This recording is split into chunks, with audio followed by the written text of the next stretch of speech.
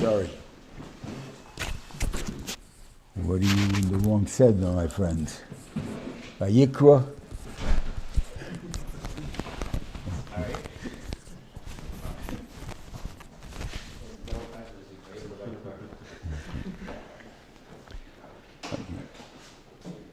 Now, Bamidbar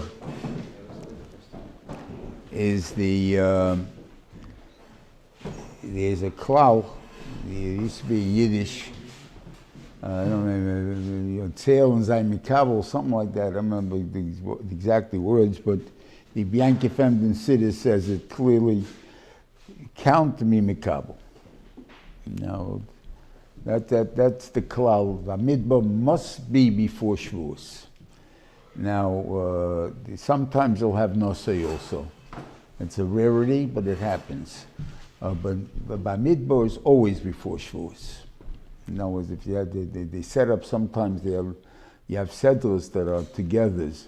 So you have only one in Shmois, but you have a bunch of them in Bereshis.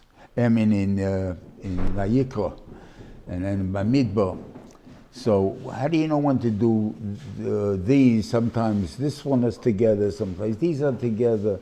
And so how do they know when to do it? Because they have certain klolim that certain sedras must be before, at certain times. Now, before Dvarim has got to be before Tisha B'Av. Now, that's what it's going to mean. It's going to be, what do you call it? And every type of thing is going to be like that. Bamidbar is always before Shavuos, whether it's a leap year or it's not a leap year. It doesn't make a difference. It's always going to be before Shavuos.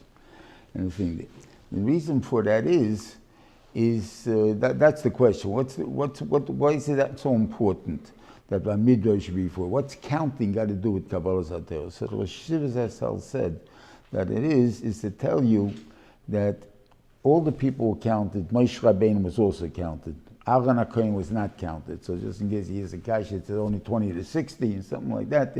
They count. You want to give a master shekel, we'll count you. It doesn't make it. It wasn't counted maybe in the numbers here because he's only 20 and 60, but they definitely counted when they counted. So Moshe Rabbeinu was counted. He gave a master shekel also.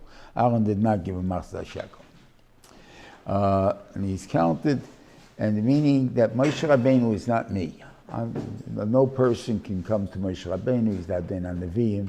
He's the smartest person, the potential, whatever that he had there, we don't have.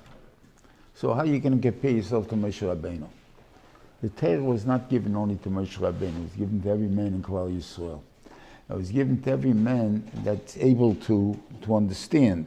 And what's that mean? I gave you understanding that you're able to understand. That's us too. We're also able to understand. So when we can brag and say, if we live up to our potential, we're also being counted. We're number one. That's what it says back in Parshas Kisisa. Kisisa is Reish B'nai Yisrael. When you lift them up by counting them. How do you lift them up?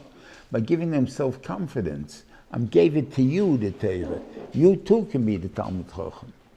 And the Rosh Yeshivas used to speak this idea out many times, that of a person, you have to have confidence in your kids, and the kids have to have confidence in themselves.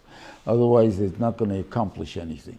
And that's the stuff that's over here. And this is, before you go into Shavuos, you got to realize what your potential is. You can be counted like Moshe Rabbeinu. You are like Moshe Rabbeinu. God said you have to live up to your potential. That's the thing there. But I can't say, I want to understand. Well, then you can understand. Your guy al tamin. The guy will say, I tried and I didn't understand. I can't. So what do you mean? So how come God can tell you I didn't try? I didn't understand because you didn't try hard enough.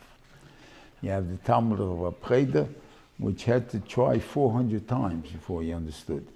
Now, we're not talking about people who find a Rebbe that'll teach you 400 times. But which person is going to listen 400 times? That's surely going to find. A Rebbe you may find, right? But a guy who listens 2-3 times and he doesn't chop, the first thing he says, I'll never get it, I don't want to understand. Doesn't even try again.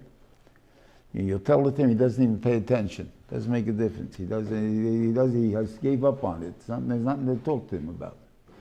And the Talmud of Preda knew that somehow he learned that Gemara, and that Yogaiti al Talmud, that means I just didn't try hard enough, so try again. And somewhere along the line, I'm going to know it. And that's what happened after 400 times. Now, 400 times didn't mean a tape recorder that said over 400 times the same way. That doesn't explain it any different. But sometimes you explain it one way as a kasha and a teretz. That's one way of explaining it. You know, this is shver, and this answers the question. I don't chop it. Okay, let's try as a raya and an upshlag. And what do you think? That doesn't go either. Let's take two sides of a debate. Now, you hold this way and you hold this way, and then let's see what you do. And you keep going back and forth on these type of ideas until finally you guys, oh, now I understand. That's the thing. That takes, you can take off, but nobody by us takes 400 times. Okay, so it's 5 times, 6 times, 2 times, 1 time, whatever it is. There's different people, but we all can understand. And that's the tipster, the schwelsten bakivega you can think of. Doesn't make a difference. Okay.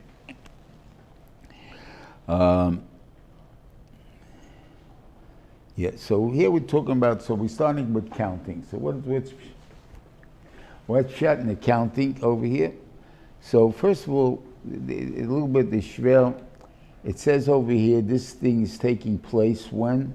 B'chodesh Hasheni, the second month, which is Iyar, B'shana Hashenis, in the second year. Now we went out of Mitzrayim the first year. This is a year past it, the Pesach. We made the new Pesach, and this is on Rosh Chodesh of Iyar. Okay, before Pesach Sheni yet. Okay, and the thing that now, and it tells you, like, it seems to first announcing who the Nesiim are. It tells them these are the. I want you to have 12 Jews there, which are the Nesiim, and I want them to be together with you and Aaron to count Klal Yisrael, right? So, l'chayre, this is the first time they come in play. What did it go back? If we go to Parshas Nosei, we'll find that over there, when the Korbanos were brought, which is what, as we see in Parshas Pikudei, was Rosh Chodesh Nisan of the second year, right?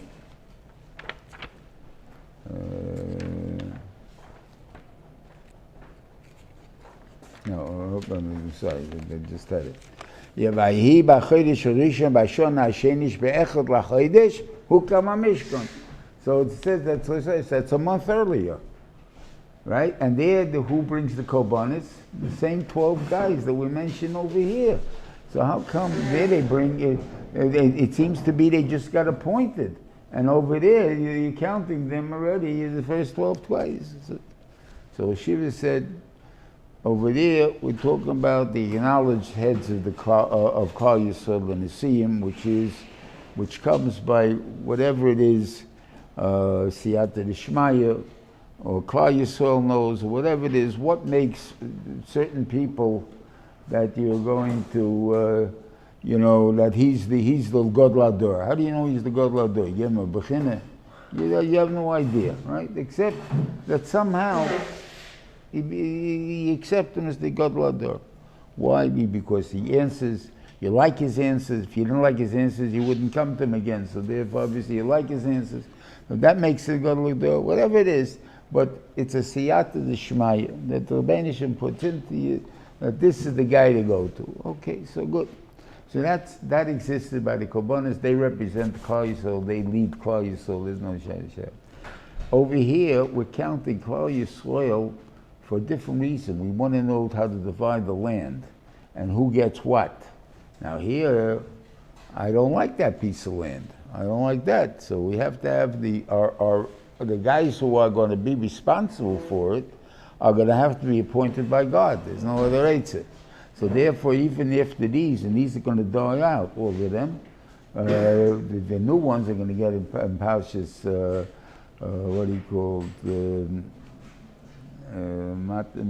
Maseh, you'll have them appointed again, completely new guys who will divide the land in Eretz Yisrael with Yeshua.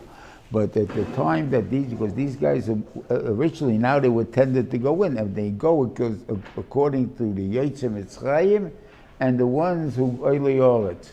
You got to have that both thing, they both Yashin. So therefore there's a whole different, how to actually divide the land, the difference to Gabi, the Bnei Slavchot, and so on, how they explain how they got their land and where they got it. But that's the thing. But that already needed someone that God said, these are my representatives. And these are the ones that count. Because otherwise you'll always have a dingazach with it. Okay.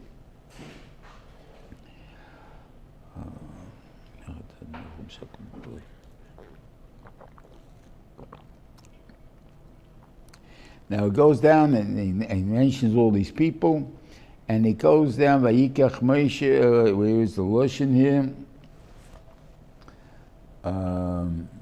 Eile Kruei Ho'eda, and it's spelled Kriei Ho'eda. So I think it's the Ralbag that says the Kasha, the difference between Kriei and Kruei is Kriei Ho'eda is the stronger term, that these are the biggest. Kriei is like just like a coveted term, right? But it's not really the top term. Kriei, that's the ones that are cool, whatever it is, they don't know the digduk exactly in it, but the Kriei means these are the ones, this is it. So he explains that the reason they called Kriei because these are the Nesiim. Why are they spelled Kriei, Kri, Ksiv Menach, is because to tell you that the two of them at least are going to become Rishoyim in this thing. And he wants it with the Litzu ben Shteu and Shlomiah ben Tzurishadoi. Litzu ben Shteu supposedly he has his raya, whether a good raya or not is the question, but I know if it's a Gemara, it's one thing, is that by Kairach, of the 250 people, he says the Mashman Siyed or Kriyei Moyed and Shem. So he puts down that must be a Nasi in there, and he says that because since Reuven was the closest to Kahos, because they were both in the south of the Mishkan, so therefore probably it's Lisa ben Shteo. That's over there. And there's probably who says it wasn't Shlitz ben Shtei. I'm saying I don't know if it's a Gemara or not. That's what I'm saying. But on Shlomiah ben Tzurishadoi, that's Zimri. That's a Gemara take. That Zimri is Shlomiah ben Tzurishadoi. Who Shor ben Akananis, who Shlomiah ben Tzurishadoi, and then he's also Zimri ben Salu. Okay. So therefore you have two Rishonim. So therefore you can't get that full covered, like you want to say, from the Nesuya, Kruyei Eda, the spelled Kruyei. What bothers me with this is, in Parshas Pinchas, where you have the second counting of Klal Yisrael, and there, by Reuven, it tells you the whole story of Bnei Kairach. Over there, it says, you should count Mitzrayim, B'chuvim B'chai Yisrael, Eila Mishpachai Soruveni, U'bnei Palui, B'nei Eliyav, Nemuel Dosan Aviram, U'dosan Aviran, Kriyei Ho'eda. Then there it's read Kriyei Ho'eda and spelled Kriyei Ho'eda. The Ksiv is the other way. In other words, that it's spelled the way, the Choshev way, but you read it the unchoshev way. And so the question is, why is it spelled the Choshev way? That's why. Who are they? They're not Neseim. They're not nothing. So obviously they must have been very, very big people, and whatever it is there, and they, because they were part of Sheitri B'nai Yisrael, and all the Sanhedrin and everybody else had to be a member of the Sheitri B'nai Yisrael, and they were them also. So obviously they were Moshe Nefesh for Klal Yisrael. But Lamaisa, they still disagreed with Moshe everybody, and Parshas, what they disagreed with was logically Moshe Rabbeinu didn't make sense. He had no supply lines. He had no what he calls taking Klal Yisrael out. He came to when they first met him was when he was unsuccessful trying to convince Pare to to let them go. And what they gave Fakir, Pari got rid of the cash. They could no more straw. You have to make the bricks without the straws. It became much harder. So they had tinus more on Moshe Rabbeinu. When you came, you made it harder on Klal Yisrael and stuff like that. You didn't think out your position well. And see, I'm coming through Hashem. I'm not coming just for myself. God told me. Okay, that they didn't believe, obviously. So whatever it is there. But obviously, how they still came out, they still wanted Mikabel the Torah. It says they Kishechad Leivechad, they were also part of that group. And they obviously, they were there. So obviously, you can't say that, you know, they were some nobodies. They wanted, they were there. But with all that, they were still spelled Kriye Hoeda. They didn't live up to their name or whatever, and they didn't live up to what they could have been. The other one was they still were not giving you the covet, and here more was less like they didn't live up to it. You could have been Kriye Hoeda, and you were only Kriye Hoeda. Okay. Then he goes into counting Klal Yisrael. Again, the first kash you have, I don't know if I have any answers for it, but do you really think the possibility that all 12 Shvatim landed up on a tenner when you counted them? Or 100 or 50, or that's what you have, the smallest number is 50. So what is it? That's how perfect they were in Klal Yisrael. You never had a 51. By the B'chayrim was 22,373, 273, right? So obviously you had numbers that are smaller than the exact number. So what do you tell me there's only an exact number? So I think it could be that's like the Maisa Behema. Maisa Behema is counted in tens. Right? What happens if I get 8 more after that? They're putter. I don't count less than 50. No, in the second counting, they count until 30. They don't count less than 30. Now, why 30? I can't answer you. Why 30 and 50? That I can't answer you. But less than 50, we didn't count. So if you had 49 in there, we left you alone in the thing over there. So therefore, it could be they had smaller numbers, but they just didn't count them. That's all. Whatever pshat in that is. I can't answer it because there's gone to pshatim which don't hold out. Some say every person has his ois in the Torah, 603,550. That's how many Jews there were, so therefore that's how many letters there are in the Torah. There aren't that many letters in the Torah. So what they tell you is then take every letter that can be split into 2. And they get in there. Now letters are made out of 2 letters, right? In other words, what do you call a pay is made out of a chof and whatever it is. So you have a lot of letters that are made out of 2 letters. Maybe they're only made out of 3 letters. Doing that, you're still not going to have it. So I can't answer you. I don't know pshat and the things there, but that's what I state. We also have the Gemara in Kedushin, which tells you how many psukim down the Torah, and we're off. And we're off for it was supposed to be 5,488, I think, or something like that. And we're missing 200 and something psukim. And in the Torah, that according to that cheshbon, and after Rosh Shiva has a tshuva on it, that in the psukim and the varam that are extra long, that if a guy got an aliyah of only 2 psukim, normally if he called up a guy for an aliyah, and they read 2 psukim for him, he got to make a bracha again, and they got to read 3 psukim for him. But if you do it in Dvarim, you call up somebody else, because maybe you have 3 psukim. So therefore you can't read a second time for that.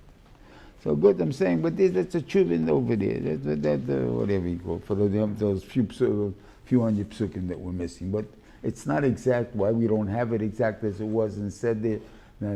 Filim is even more psukim than the Torah has, and that for sure don't have. And so whatever pshat is, okay. Anyway, so it counts the people. And by Shimon, it puts in an extra word. Livnei Shimon, Teodeisom, Mishpachoisom, Beisavoisom, Pekudov, b'mispar shemos. His counting according to the names. No other shevet has that word pekudov in it. Okay. If you look in Pinchas, it counts all the shvatim, and it tells you their numbers. And when it tells you numbers, it tells you, even let's say Reuven, their number, there was their numbers, Shloshim Rabboim, right? Shloshim Rabboim, Elef, right? And then it counts the same thing by God. What do you call it? By God, by Shimon, it says, period, no Kedeyim, no what do you call it? So here he's missing the word Pikudeyim, and there he's stuck in the next word Pikudov. So I think, and this is maybe will answer a little bit the golem or whatever, is we're going to have also, besides the individual shvatim, which are going to be counted, and then they're going to give you a total of all the shvatim. Eila pkudim asher pokad Moshe ve'Aharon, you call pkudim b'nei Yisrael beis havosim b'nesrim shem v'mayla, sheish meyes elef v'shloish alof v'chamesh meyes v'chamishin. That says it over here. Then he tells you, we're going to go make the golem. 3 shvatim to a degel, and he counts the 3 shvatim again, the numbers, counts it, totals it for the degel, and gives it the end. And then at the end, just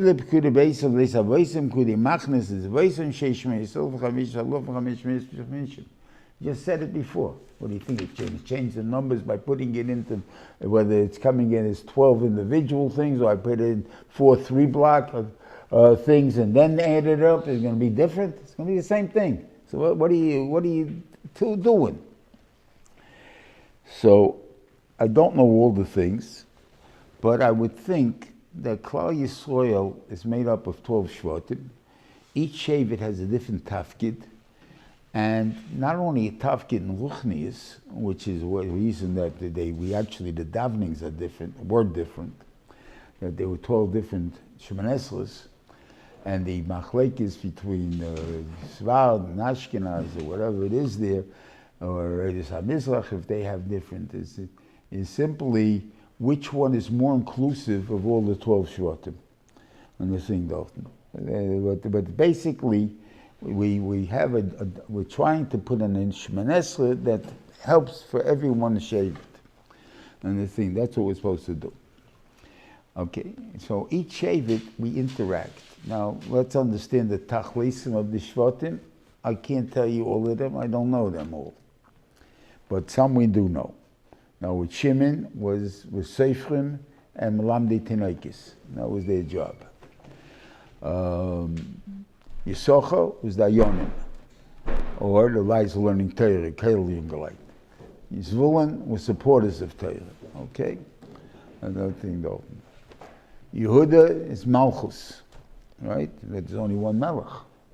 There's only one Melech, but Malchus, they're all Melechim. What's a Melech? A Melech that you can't put in this Ligabi Gerim, which they have this problem that they cannot be put on top of a Yid. It has to be a Jew. What does that mean? A Jew meaning from both sides, or at least we'll see from one side. We'll see what that means in a minute. Okay. What does it mean? That the water, the guy who, the water, not the commissioner, inspector, water inspector, right? He comes down. What does he do? He has the authority to shut off your water. The electric commissioner will have the authority to shut off your electric. He has power over you. That's a melech. And that a guy can't be. A guy can't be that thing. He says, what can he be? That's against the shadows. But that's something a guy. But he can't be that. But for the real melech, has to have the father, the mother doesn't have to be. That's interesting. A father, a gal, and a mother who's not a gal, or let's say the father was not a gal. The father was a goy, right? That guy can't be a Melech Yisrael, but he could be the water commissioner. That's by Dante and Shmuel. They come out like that thing. That's what that was. His daughters were captured. One was raped. She had a kid, Mori Baruchel, and basically he was able to marry Bas Kohen. He was able to marry anyone in Bas Kohen. He didn't spoil anybody. He had Kedushas Yisrael. He had everything else there. But he can't be. And he can be a melech, but he can't be the king. The king, interestingly, can't be, obviously, if he's a goy and the father, that's not going to help, or the mother's a shiksa, the kid's not going to be a Jew. That's a shaitzel. That's when I'm talking about that David HaMelech with Avshalom, he's not a Jew. I mean, he was a Jew because he was born afterwards. But what's her name?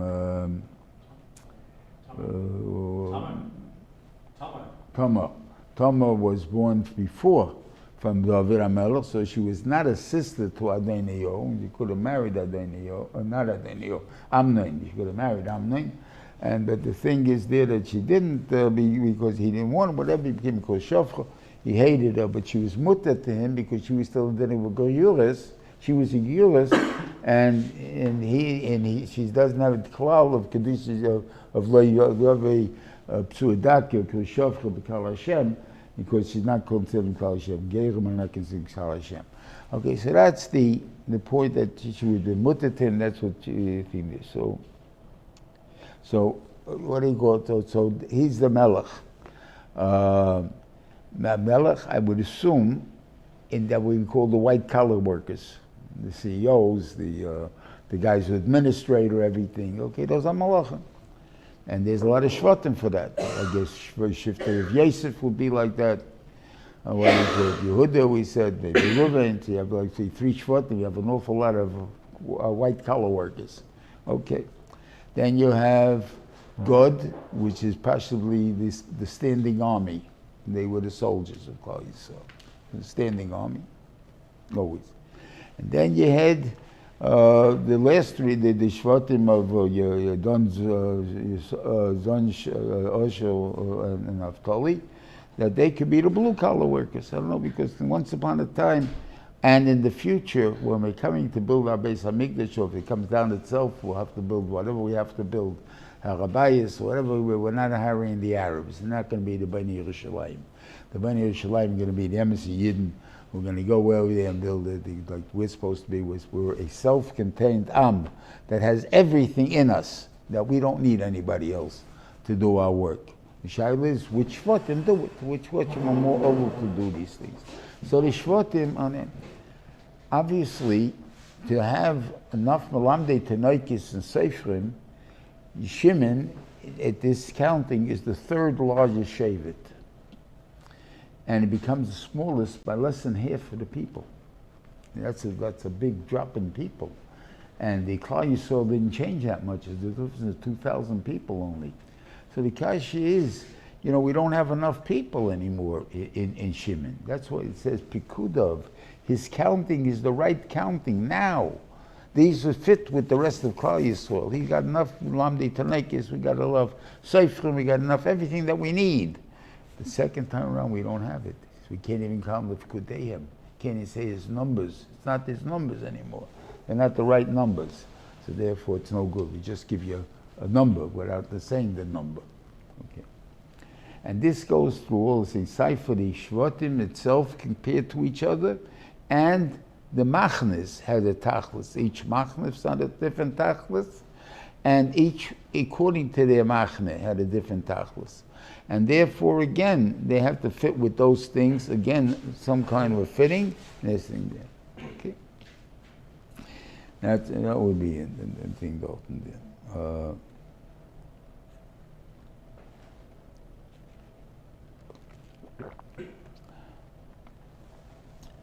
Were there more children to the Shvatim or not? I can't answer you. These are all the people that came down. They're not counted here, they counted in Pinchas. But they came down to Mitzrayim, and the ones that came down, those are all the mishpachas that were mentioned and stuff like that. You don't find other ones that are in there, and you don't find they had other more children, so I can't answer you why the families were so small.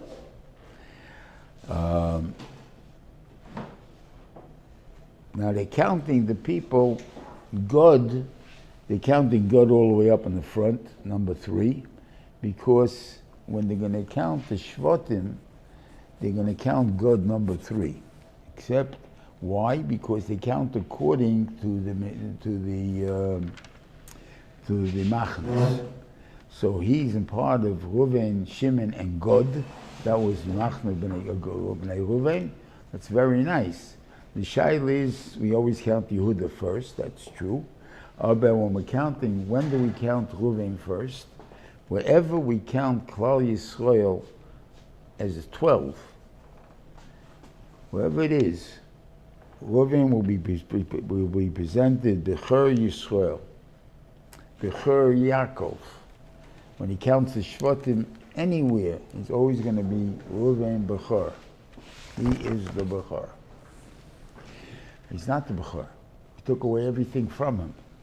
He's not the Kohen anymore. He's not the king anymore. He doesn't even get Shnei Chalokim anymore. Where's he the Bechor? He's still the Bechor because his Kreishis Oini, he was my first seed. I'm always going to be the Bechor. That's a Metzias, you're the Bechor. So when we count the Shvatim, Reuven goes first, period. Once Reuven goes first, and since they're going now counting according to the Machnas, and then Shimon, but then would go second, and then God, which goes out there. God is out of order. Okay. When it comes now to Don Naftali God Osher, that's the way it should be, right? And God is out, so it should be Don Naftali Osher, right? That's not the way they count them. It's Don Osher Naftali. Same thing goes to the Machnas, same goes over here, because they'll count in the Machnas Don Osher Naftali. Why would we count Naftali after Osher? Osher was born before Osher. Why would we count him afterwards? I think that the reason is because the one that caused Osher to be born, and really God also, is Naftali. Because when did Leah give over Zilpah to do it? After she was at least pregnant the second time, Bilhah, with the second kid, that she decided to give over her Shifra to. Because they all have to be born, all 11 of them have to be born in 6 years. So therefore, they have to be born, you have to figure it out how to do that. So that's why it's going to be only 3 months here and 2 months here, however it is there. So it's what made the pregnancy, made them give over. So what happened is, when she saw him pregnant with Naphtali, she gave over, and therefore Yisachar and Zvulun were born afterwards. And so it also, that's for her own kids. But I mean, as far as Osher and Naphtali, God and Osher were born after she saw that Naphtali, she was pregnant with Naphtali. So that's the reason why Osher did those. So it's like you're responsible for the one you got born. They used to be like the Chinese, they claim do that. If you saved the person's life, you're responsible for that person for the rest of your life. Because whatever he does, he's doing it because you made him alive. Otherwise, if you would have let him die, the guy wouldn't be that way. I mean, so you're responsible for him. So therefore, it's not a good Pasha de Zach. Okay. That's what I think it is. There's only one that in the Torah that we have differently is in the end of Bracha, which I think that could be that Naphtali is the last then. It goes after Osher over there. That could be because in Golus we are going to be separated, where every Shevet got to stand on its own merit. So he addresses them according to their birth. But over here we're totally we're together. So together you're responsible for me.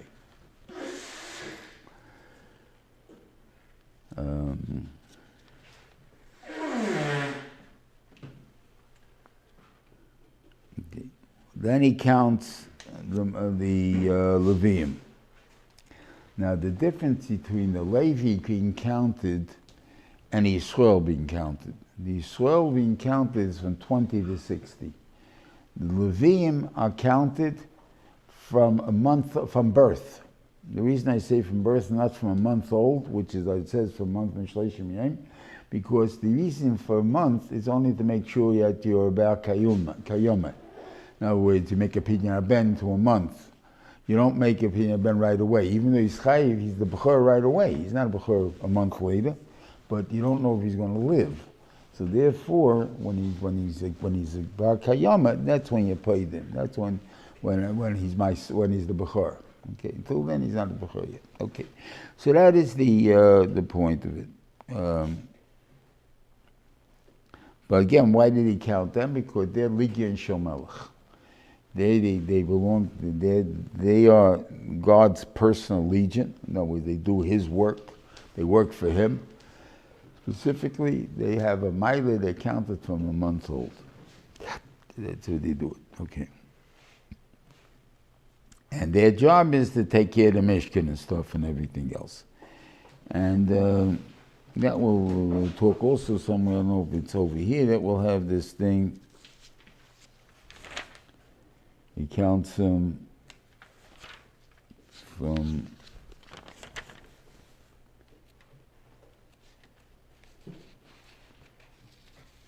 okay, yeah, that's the Chodesh. Yeah. And then you have Shloshim Shana at the end of the Seder, they counted from 30 to 50. That's the years that they worked. And in Nosei it says they counted from 25 to 50. So that's because they started training 5 years earlier. And whatever they started training. And it takes, according to Gemara, it takes 5 years to learn the thing. Now, what is it that they had to learn? Put the Mishkan together. What happened when they first had the Mishkan? We put them out to work before the teaching. The first day we had the Mishkan, we had put the guys out to work. So what do you mean? You're waiting for 5 years. You're not training them for 5 years, you're not training them for a day. You got to go do it. And with us, Avada, we have to do it, but you have to train them. In the Beis HaMikdash, you don't have to put the Mishkan together. So what do you got to train them for? Why do you there to put 25? Yeah. So you can go, if it goes on music. On the gatekeepers, I don't know if there's too much to teach over there, but maybe there is. Music maybe takes 5 years. Language takes only 3 years to teach. That's what it says by Daniel. It says 3 years they taught him the thing there. But over here, the avoid of the Leviim is music. Music give me 5 years. I mean, that's my personal thing is I don't know music, so I can't tell you if that's true or not. But I know they do have schools, colleges, officially for music. Juilliard, the School of Music. What ages they take it, how many years are they in the school, that I don't know. But it makes sense, something like that. Okay. Now, when he counts the Machanes, so Yehuda is made up of Yehuda, Yisachar, and Zvulun. So normally, if you're going to say it, I'll read two of them for you. Let's say Reuven's thing. Dagal Machne Reuven Temono, V'achoinen olav Mate Shimon, okay? Umate God. Right? With a vav. Umate God. When he gets to the one before that, Yehuda, the one the Yomach Yehuda, Utzvov, what he called, and then on V'achoinen olav Mate Yisachar, Mate Zvulun, no vav. Where's the Umate Zvulun? So this is Pashut because they support Torah. They are the Torah and the supporters of Torah. And they become, each one is a half and a half. They're splitting it. So if they're splitting it, there's a different Indian here of that they counted together as one, not as two. So it's one Shevet. And you see the same thing really in Zois HaBracha. It says over there, V'zois l'Zvulun, Ulizvulun Omar. Smach Zvulun b'tzeisecha v'yisocha b'yolecha. Doesn't say anything about to Yisocha. The bracha is Lizvulun Omar. I'm telling it to Zvulun. Yisocha should be happy in your things. But it didn't tell Yisocha. Yisocha doesn't need a bracha. Yisocha is learning Torah. He doesn't need bracha. But Zvulun needs a bracha that Yisocha should find happiness in his tent, so they'll be learning with him the shutfas. Now, because of that, you're going to understand what Yisocha's Zvulun deal is, and a lot of the stuff that's out there, I'm not going to tell you is wrong, that's not negated. The Rashiva definitely didn't hold of it. And Parshas Azava, that's the same it is. We all feel, we hold the greatest schus the person can have is teacher. This kid should be Talmidei Chachamim, right? I can't be a Talmid Chacham. At least be a Zvulun. Support the Talmid Chacham. You got him in there, and therefore you got the schal of being a Talmid Chacham. Okay, very nice. But the way they sell it now, it's a soil. X amount of dollars buys you a Yisocha's Zvulun. Okay? Now I'm a billionaire, and there's billionaires Baruch Hashem and Klal Yisrael, right? So I can buy 100 of these. I can buy 1,000 of these. So if I'm a billionaire, I got 1,000 Yisocha's Zvuluns. That means I got 1,000 times more than any Talmid Chacham I'll ever have. So which one should I be, a rich guy or a Talmid Chacham? Obviously a rich guy. So could that be true? If that's if we're all going to go out to become rich guys, to be then there won't be any Talmidei Chacham to split with. So what are we going to have there? Okay, so obviously that's not this. You can only do one. And the shaila is the one is you have to give him what you got to give him. Pashtus half of what you make, not what you have in the bank. The bank could be that's yours, but that's before. But now you're living on this. You got to give him that amount. Each what you're doing, and then you got half of his. And according to I forgot his chesh, but it works it out. If you sit down for a few minutes and think about it, every guy is going to get 100%. It's not. You don't get 50%. You get 100. Each one gets 100% because that's all I can do. A guy works and he has to eat, right? And he can't learn without eating. So they can't count that in the time that he has to learn. So therefore, so everyone will only get 100%. Whoever get 100%, but not in the money. The money they'll have to split. You can't.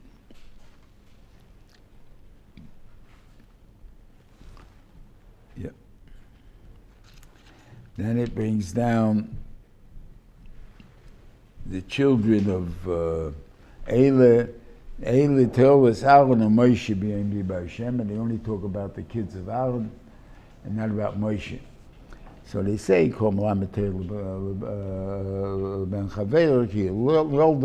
so therefore he also has a chelik in their birth, because he made them into the thing there.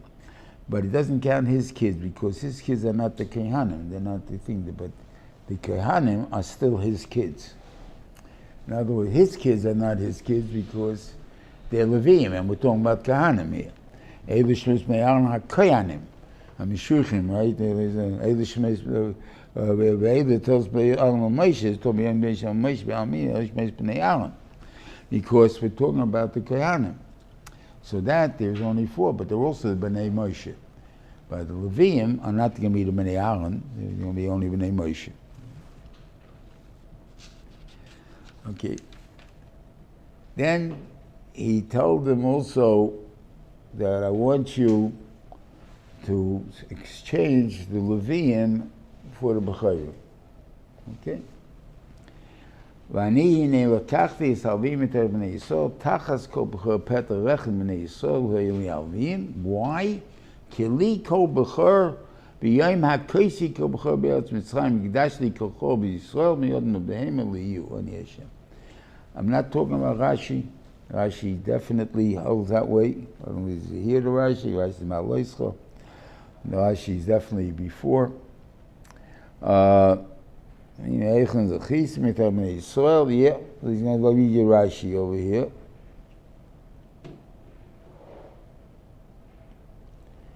Here's the Lashon Mitar Bnei Yisrael. Shiur Yisrael Seichem Oisam L'Shirus. they rent them out to us for singing. Shali al yidei ha-b'chayros. So chisi b'chem, I got them, l'kachtem, and I took them into morosam, l'fi she'oisa ha'avoida b'chayros. The avoida really was done with b'chayros. Ukeshechotu b'egel, when they did the chayt in the egel, nifsulu, they became puzzled. Alvim shloyov da'avodah zoh nifsulu tachtei.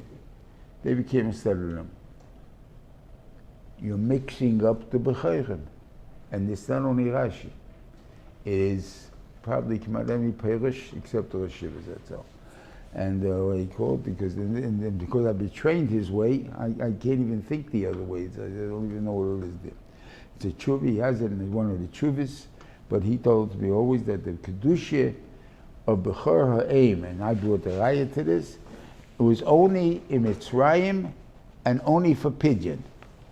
Where's the parsha of Kadesh v'Hoy Kiviyacho is Parshas Boy, and it's said in Mitzrayim. And there the Tanya says in first redeemed the kids. So there was never the Bechora of a Bechora aim, of someone that was that did avodah. Never did avodah. And I want to show in the Chumash they're not even called the Bechor. Okay. Where do we have them? In Vayeshiv, right? Whose brothers? Yehuda lived with Tomo, and she had Zerach and Peretz, or Peretz and Zerach. So what happens? Vahi beliduto, when Vayiten Yod came out of hand, Vatikach hamialedis, Vatiksha al Yodei Shoni, she put on her string, Lemo Zeh Yod Tzorishoni, this will go out first. Why not Zeh Yod Bechor? Because there is no such thing as a Bechor Aim. Never existed. No, it didn't exist till then. So why did you become a Bechor Aim? Very simple. Rashi says in Parshas Boy that there was a problem, that the Mitzrayis used to be mezaneh with revokim, with single fellows. And that means that in one house you can have 10 Bechorim, and that means 9 other houses have no Bechorim. So the Benishon said, you didn't let my Bechor, Yisrael Bechori. Yisrael is my Bechor. You don't chepe my Bechor, I'm going to chepe your Bechorim, right? And they come out that in one house you have 10 guys dying, and 9 houses you have nobody dying. So they're going to say, God doesn't know what he's doing. There's no Bechor in this house. In these 9 houses, they don't know the Gemara Mizaneh. So what happened to them? But because of that, the Evangelist said the first one comes out of the woman is Eichet HaBechor, and therefore he's dead. The Shaila also brings down about Kodla Bayis, which we got to know what that means, because in Bayis ain't Shom Mes, so therefore there had to be the Kodla Bayis also. So the Shaila, the Kodla Bayis is talking about a girl, we're talking about a boy. And if it's talking about a girl, if it's talking about a boy, so again they don't have a Bayis. You could be houses that don't have a mess in it. When you say Bayis ain't Shom Mes, has to be that everybody's had the dead, so Pashas the girls died. And that would be a slogan why women would have to fast if they have a child, a Bechor, and the husband's a Bechor, that if the wife has to fast until the kid gets bar mitzvah, has to fast for himself. So therefore there's an union of women fasting on the thing like that. Okay, good, could be. They don't find any older girls that have to fast, okay. So there's 2 different Kedushas. There's Kedusha Kehuneh, which it doesn't say was an exchange. The Rebbeinu Shalom got rid of that, and that's in Parshas Tetzaveh. The Rebbeinu Shalom simply says, I want you to take Aharon and make him into a Bechor, and to make him into a Kohen. That's what he says, that's the Lashon. Tetzaveh.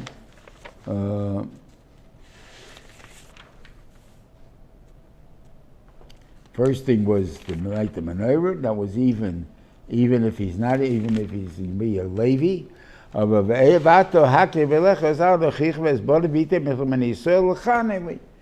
to do with Bechorim, has nothing to do with exchanges. I picked them out to be the thing there. Why did I pick them out?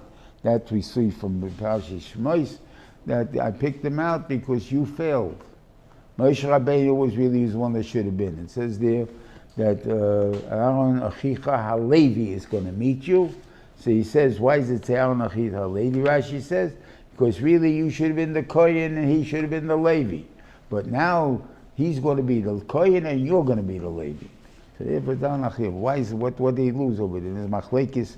He said, "Vayicharav Hashem b'Moshe," because he said, "Yad yishlach v'yad tishlach." So it means to send it with Aaron. Why are you giving it to me? So the mention said, "Vayicharav Hashem." So it's machlekes. It says wherever you see Vayicharav, where God got angry, so then there is always a loishim. There's something happened because of it. Nothing happened over here. So Rabbi Yeshua ben Kochai thinks that what happened was Moshe lost the Kohen Gedalah. So of course something happened. The other guy said nothing happened. So what do you mean nothing happened? In reality, nothing happened to Moshe. He didn't get promoted. But that's not he didn't get demoted. He didn't get promoted. And why didn't you get promoted? Because what is a Kohen's job in this world? He's supposed to be Oyev Shalom v'Reidev Shalom. We see that it's a chelik in the thing because by the guys who go to Yorim Miklot, that when they're free at the meat, when the Kohen Gadol dies. Why? Because the Kohen Gadol didn't do a good job of keeping them out from being rotzlim, and therefore now that he's dead, they're free. They can go out free. But Kolzman, he's alive, he's not a good enough guy for them to go out free with. So it's obviously, he has to be an Oyev Shalom v'Reidev Shalom. He has to be a guy that no accidents happen with him. No, he's never careless, he's never what they call being an Oyev Shalom. If Moshe Rabbeinu, you are choshid that Aaron is going to be angry at you or jealous of you or whatever you want to call it, that you're the one that was picked to be the shliach, not that they wouldn't be samech, and I'm telling you, he's going to be v'samach b'liboy. He says he's going to be happy that you had it, but you will choshid him that he's not going to be happy. You can't be the Kohen Gadol. Why would the Kohen Gadol? What did Aaron do? Aaron see two people fighting, and he'll make shalom. He'll never have a problem by shalom. He says, "Oh, those guys are fighting. I'll take care of it. I'll make shalom between them." Right? And the guy says there, "How can I make shalom?" You know what the guy did to him? He stole his business from him. I can ask him to be meichlam. How am I going to ask him to be meichlam? Right? So you're always going to use that as an excuse. Using that as an excuse, you can't be a kohen. You got to be the guy that says there, I'm going to go in and I'm going to do it. I mean, I learned Pshat a little bit differently than the Brisa. I'm still working on it to try to figure out the Lashon. The Brisa's case is that what is, and that seems to be brought down all the ways. He went over to the guy and he says to him, "Why you said?" And he said, "I had a fight with my best friend." And he said, he went over to him and said to him, "Your friend that you had a fight with wants to apologize to you. And he'll meet you over there to apologize to you." And he went over to the second guy and he told him the same thing. So now, I don't know anything. I'm a push of the guy, but I'm imagining myself being these two friends that are matching each other, and they come to this place and they're each one expecting apology from the other guy. Right? And they say, so finally they're both quiet, and one guy says to them, "Don't you have something to say to me?" And the other guy says, "I have something to say to you, you have something to say to me, don't you?" And then you're going to have a fight again. So that's not shalom. What kind of crazy place is that to call me shalom? You want to know Pshat and shalom? I'll tell you how you make shalom over there. Guy sees the guy's sad. He walks over to him and he says to him, "Why are you sad?" "I just had a fight with my best friend." "You has to fight with your best friend? And what happened?" "You know what he did to me? He did this and this and this." "And you did nothing to him?" Oh, I did this and this and this too. To him, so I said, "If you did that, aren't you sorry you did that to your best friend?" "Yeah, I really am sorry. I really wouldn't want to do it. If I was able to apologize again, but nobody did to me." "Yeah, but you're sorry you did what you did to him, all right?" Okay, then he goes to the second guy. He said, "I heard, that this guy did this and this to you." He said, "Yeah, but you know what I did to him?" "Was you happy with what you did to him?" No, I'm sorry I did that to him because he's my best friend. I wish we could make friends again." Okay, now both of them are going to be apologizing. Now it's well good. Both one of them will give the other a kiss. That will happen. But the other way, I don't see it. But the man I'm saying, I'm trying to work it out that it fit with the words. But that's so far I'm not doing too good on that. Okay.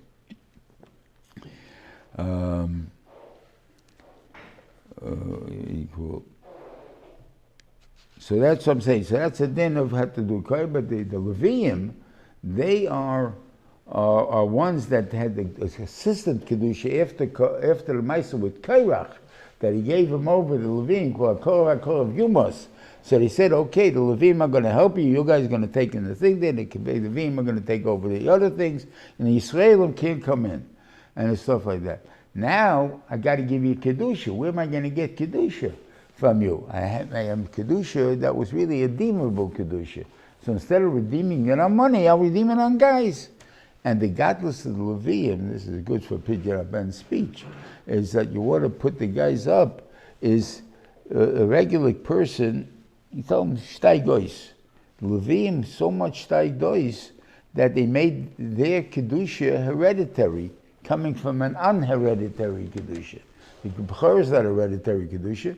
Bechor gives it when he doesn't have any Bechorim, there's nobody that's a Kaddish by him. So it's not a hereditary Kedusha, right? And yet, he's able to give it over that Kedusha to a Levi, and the Levi made his Kedusha hereditary. That's a godless that he was able to do that. And that's the godless of the Levium. Okay. And what we want from everybody, I guess.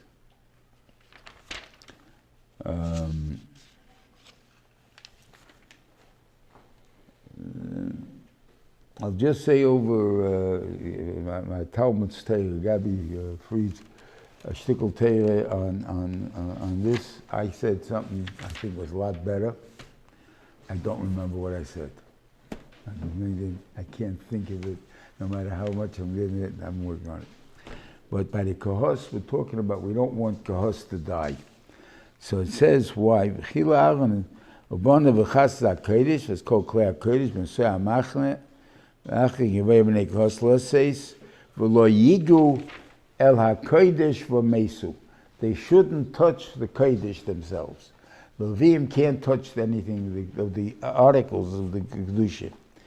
Only the Kohanim can do that. And they have to cover it up. When it's covered up, now the Levim can carry it. But therefore they won't die because they will touch. The last pasuk in the Sedra, they will die by seeing the Kodesh. That's why you're covering up. When do they die? By seeing or by touching? Okay, so I said, I don't remember what I said. This is what he said. At the chat also, I'm saying it over because I think it's a nice shot, but I said it was better, if I can only remember it. When you walk into a furniture store that's not set up in suites, like, you know, as you would have the couch and the two armchairs and the regular chairs and whatever it is there. There are 14 couches, one next to the other. You really can't appreciate its beauty or what it does for the room because it's just a bunch, a jump. I mean, you have a hope, you got a good eye, and you're going to pick one that you think is going to be right to fit in your right room. But you'd like to see it set up in a group, how it will look and how the thing there. So what gives you the calmness of touching it, of feeling that your buddy's with it, is because it doesn't look so beautiful. It doesn't look as. If you have the menorah, just the menorah, it's not in the kochim, in the kodesh, and there's the mizbeach, and there's the shulchan, and then when you king there and it's sitting there, you're overwhelmed with it. If you sort of you can't see it because it's in the kodesh kadoshim, but if you the Aharon, I mean, how you see? You can't see it, so you're overwhelmed. But if you see it, where it's just not in its place where it's supposed to be, not the way it is, just in the middle of a field someplace, it doesn't have that chshivus. So therefore you may come to touch it. So in other words, the seeing will give it the kalus that ultimately will touch it. So the touching is it brings the misa, and not the seeing, but the seeing makes it the kalus that you will touch it. That was the point. Anyway, have a good Shabbos, everyone, and a good Shavuos, as well, and Kabbalah Sateva, and in Yisrael next week I don't think there'll be any, of course, but we still will have Nosoi, and if we went out to Yisrael, they won't have Nosoi. And they're making Nosoi next week, so until what do you call it, Chukas Polak, I think they're going to be separate. They will have two separate Seder. I'm good in Shabbos, everybody.